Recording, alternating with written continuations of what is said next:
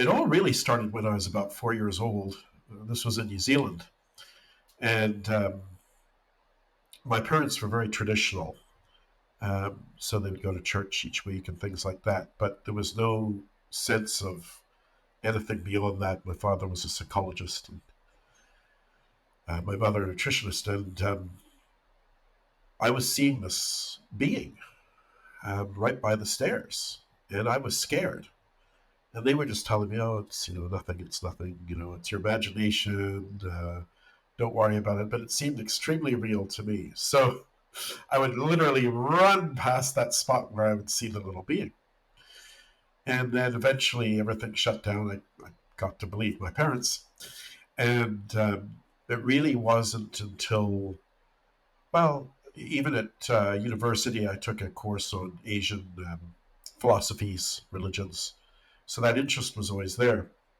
But it really wasn't until much later I was working in Malaysia in Kuala Lumpur. And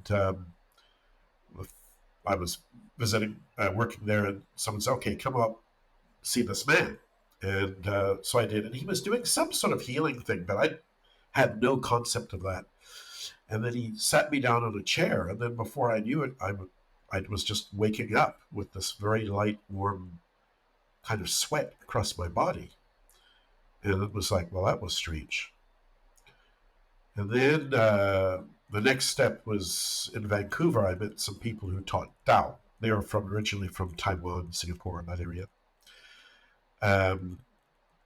And I saw this young girl, really, writing in Mandarin extremely quickly. And of course, I couldn't read or write Mandarin, but there were people who could tell me what she was writing. It was just like, how is that even possible? So it was some years later, I just felt that call to do healing. And so I went to the Barbara Brennan School of Healing, and that's where everything opened up. And then after that, I started working with the records, and then started teaching the records. I teach courses with the records, the Akashic records, and work with people one-on-one. And when my father got really ill, it just made sense for me to come and help look after him. So I moved in with my father, and I left my teaching job and just started doing this work full time. It's really exciting. I just started a course in Mexico. I've done one in Poland. I've got plans to get it going in other languages as well. So it's been really wonderful. That's great. Did you get to work with Barbara Brennan herself? Yeah. So in fact, I was one of the last classes to be trained by her. We didn't have her for all our classes. It was just basically one class that she would teach us. She has all these amazing teachers there who at that time carried the weight of the teaching load. And so I had her for classes in my first year, second year a little bit, but that was really more or less the end of her teaching. Yeah, she's quite a deep woman. It's an interesting story, hers, coming from a heavy science background, working for NASA, and then getting into healing. It's unique because it's a lot harder for critics to deny a woman with that academic and professional background. Yeah, absolutely. It was amazing. She was a physicist, and she did a lot of atmospheric work, and as you said, worked with NASA. And I think that also brought a certain rigor in some ways to the teaching and her work. So she could move in and out and understood everything as frequency. And I didn't know her particularly well through her books, of course, and then through the teaching. But she was amazing. Yeah. Yeah. One of the things that she said is that the body is a self-healing organism, so it's really about clearing things out of the way so the body can heal itself. I'd love it, Chris, if you can share, well, you already shared an overview of who she was, but I understand she passed away October the 3rd, 2022, so not too long ago. Could you share some of the key principles of both her healing philosophy and the philosophy that you use? Yeah, I would say they're quite similar, and she may have a different answer. It's just my interpretation of what I thought was most important. I mean, there were tons of like technical kinds of healing skills, but what I left with fundamentally and what I felt was being brought to the fore, first of all, was just this aspect of multidimensionality. So um, there are all these different layers of consciousness and vibration and light. That to me was brand new. And it really was included as a part of the coursework because we needed to access different levels of the energy field. A lot of our focus was on the first 7 layers, but she would talk well beyond that and explain, for example, sight is just one tiny aspect in the great energy pool, so to speak. So I think that was one really key takeaway. The next one would be listening, or you might call it observing, or perhaps being present. Mm-hmm. So this was a fundamental skill, um, to be present not just to the client or patient, but ourselves, and Yes. both at the same time. Yeah. And all that is happening. So that would be the second most important thing. And then the third is self-work. So really working on yourself. So I can't remember the exact number of therapy sessions we had to do individually each year. It was something like 24 or 20 or something in that neighborhood.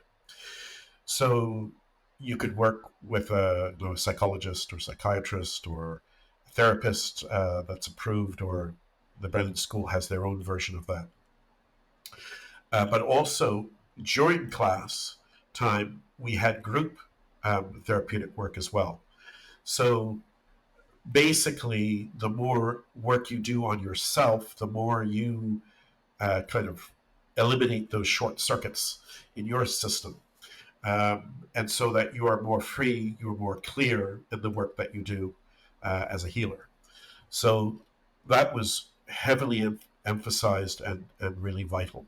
So, and that I think is also something that really distinguished her school from other schools where they learn energy healing of some kind, um, because of that heavy emphasis on self-awareness and clearing and healing oneself.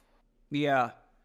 You know, in her comment, that I just shared earlier, she was talking about healing's really about clearing things out of the way so the body can heal itself.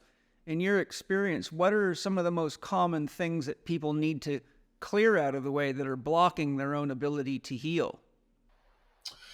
Yeah, that's a really interesting question, Paul. A little bit depends on the person.